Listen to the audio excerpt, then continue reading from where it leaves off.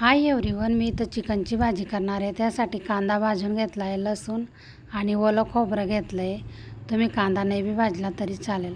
आता टाकायचं जिरं आणि धना पावडर, अद्रक असेल अद्रक घ्या, माझ्याकडं नाही आहे. आणि हळद टाकायची आणि घरी बनवलेला कोल्हापुरी मिरची मसाला. आणि खूप छान लागतो हा मसाला टाकून भाजी. आणि हा मसाला 2 वर्ष टिकतो. मी तर 2 वर्ष वापरते. चवीपुरतं मीठ टाकायचं.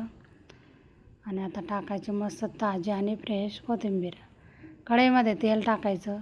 तेल गरम झाल्यावर मसाला टाकायचा आणि मसाला चांगला परतून घेऊया. आणि तुम्ही कशी भाजी बनवतात, कुठला मसाला वापरतात, मला कमेंटमध्ये सांगा. आणि माझी रेसिपी आवडली असेल तर ते पण मला कमेंटमध्ये सांगा. आता मसाला चांगला परतून घेऊया. आता टाकायचं चिकनला पण चांगलं परतून घेऊया. सुक्कं चिकन करणार आहे. आता टाकायची वरनं मस्त ताजी आणि फ्रेश कोथिंबीर. स्वयंपाक करताना एक वस्तू कमी राहिली तर चालेल, पण स्वयंपाक करताना मन नेहमी आनंद आणि प्रसन्न ठेवा. बघा कशी चव येते मग तुमच्या स्वयंपाकाला. आपण म्हणतो ही वस्तू नाही तर मग ती भाजी चांगलीच होणार नाही, ते असंच होणार नाही, तसंच होणार नाही. असं अजिबात करू नका.